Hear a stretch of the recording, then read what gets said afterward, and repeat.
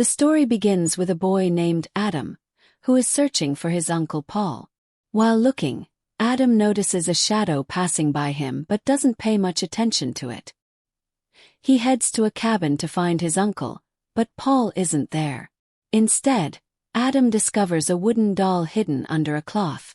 Suddenly, someone attacks him from behind. The scene then shifts to the next day. We meet Sarah, a college dropout, visiting her father Paul's home. Sarah's mother had passed away in this house, and today is Paul's birthday. It's also the day the entire family is reuniting. Sarah hasn't seen her father in a long time and is nervous about the meeting. We learn that Sarah often dreams about her late mother, and these dreams feel so real they don't seem like dreams at all. As Sarah stands outside her house, she meets her cousins, Jamie and Kieran, who have come to call her. Jamie has brought her boyfriend, Ian, who seems uninterested in everything around him and is glued to his phone. Adam, the boy from earlier, is Jamie and Kieran's brother, but no one knows where he is. Inside the house, Sarah meets her aunt, Jamie, and Kieran's mother. She also meets a woman named Victoria, who Sarah doesn't like, and Victoria's husband, Uncle Martin. Sarah dislikes Martin because he has bad intentions toward her. The only people she feels close to are her cousins. When Sarah finally meets her father, Paul, she wishes him a happy birthday, but there is a noticeable distance between them. Soon after, Ariel, Paul's girlfriend, enters the picture. Ariel started dating Paul after his wife's death, but Sarah cannot accept Ariel as her mother.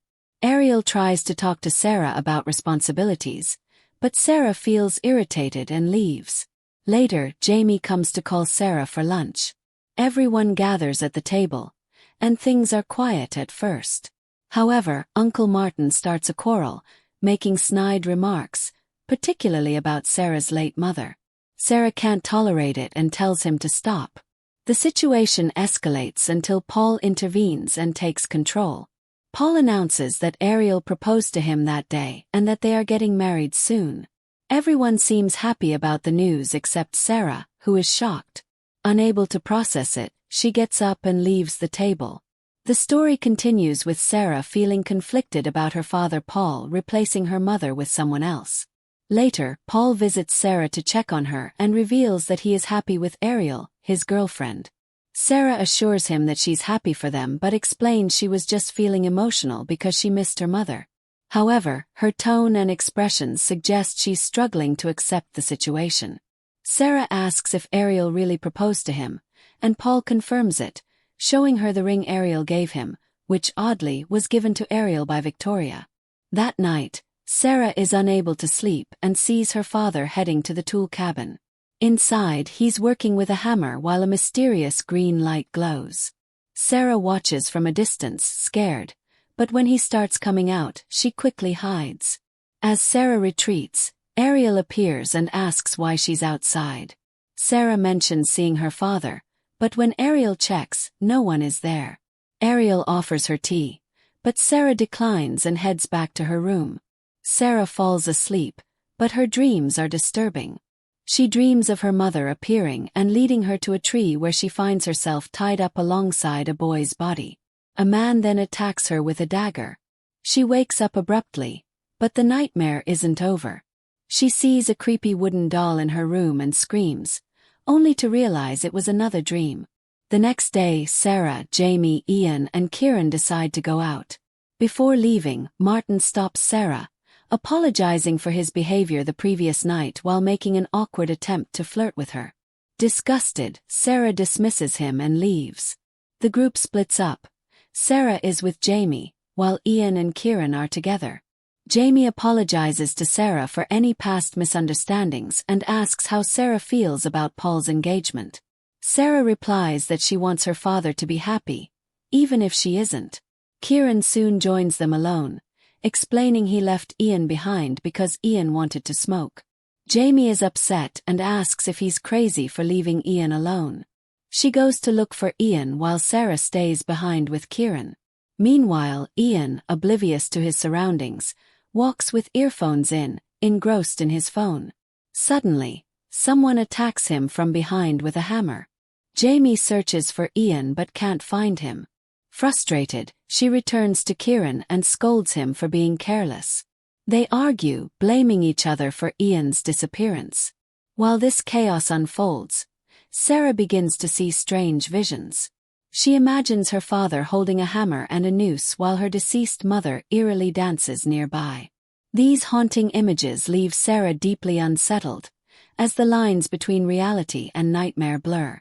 The story takes a chilling turn as Sarah, terrified by what she has witnessed, runs ahead and discovers Ian's lifeless body. She screams in horror. Hearing her cries, Jamie and Kieran rush to her and try to calm her down. Sarah desperately tells them about Ian's body, but when they check, there's no sign of it. Confused and scared, they take her back home. At home, Sarah keeps insisting she saw Ian's corpse. However, Ariel intervenes, claiming she had spoken to Ian, who told her he had left for his hometown on urgent business. Sarah finds this explanation hard to believe, especially since she saw someone attack Ian. But no one believes her. Ariel even plays a voice message from Ian to further prove her point. Despite this, Sarah remains adamant, insisting that something is wrong and that Ian needs help. The family dismisses her claims, calling them delusions or dreams. Frustrated and feeling isolated, Sarah declares that she will leave the house since she feels unvalued. She heads to her room to pack and plans to stay at a hotel. Before she can leave, her father Paul stops her. He tries to reason with her, expressing his love for Ariel and pleading with Sarah to accept her. Paul also assures Sarah that he loves her deeply too. Moved by her father's words, Sarah decides to stay. The two sit and reminisce about the past. Paul suggests they go fishing the next day at the lake, but Sarah reminds him she has never liked fishing. Paul responds strangely, saying she would enjoy it this time. This unsettles Sarah, and she leaves the conversation feeling something is off. Later, Sarah decides to call Ian's phone. To her shock, she hears the same pre-recorded message that Ariel had played earlier. This discovery heightens her suspicions that something sinister is happening. Determined to uncover the truth, she goes upstairs, dialing Ian's number again, but there's no answer. Sarah notices a red light coming from one of the upstairs rooms and decides to investigate. Just as she's about to enter, Ariel appears and stops her. Ariel warns Sarah not to go inside, claiming it's too dark and unsafe. Sarah accuses Ariel of hiding something and vows to prove that Ariel has done something terrible to Ian.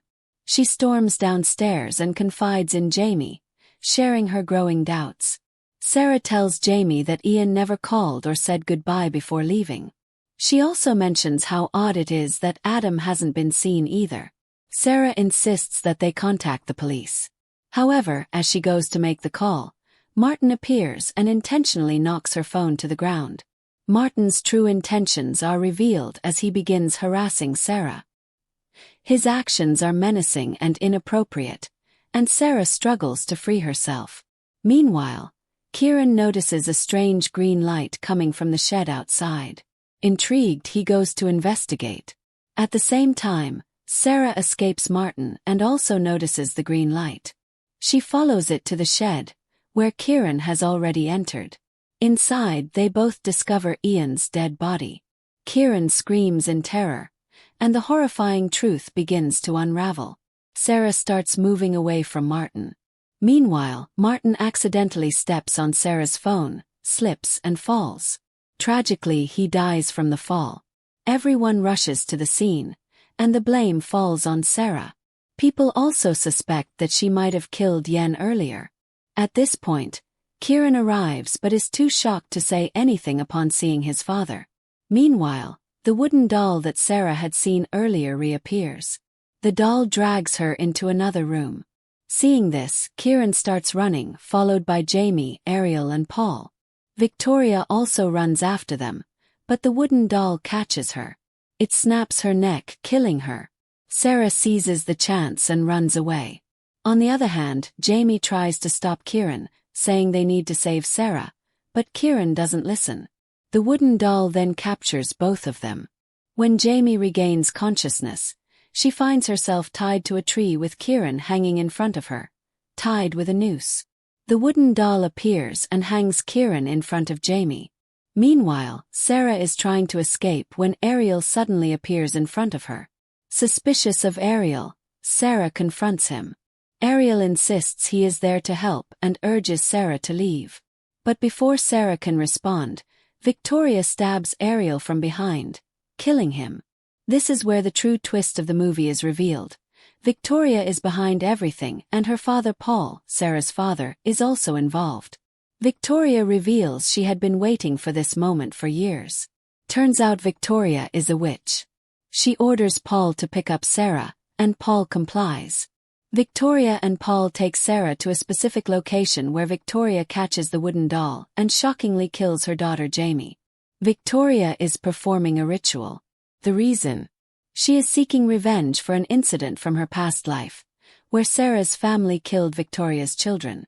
Victoria had been alive for years and had waited for this moment. In her current life, Victoria married Martin, the brother of the man who had killed her children. Her plan was to sacrifice Sarah and others during this ritual to bring her children back. Victoria didn't care about her current daughter, Jamie. She only wanted her children from her past life. During the chaos, Sarah manages to escape and hides. Paul goes looking for her and eventually finds her. However, Sarah notices that Paul is under Victoria's spell because of a ring he's wearing. Sarah cleverly removes the ring, freeing Paul from Victoria's control. This explains why Paul had been acting strangely, forgetting things about Sarah, like the fact that she didn't like fishing. He had been under Victoria's influence all along.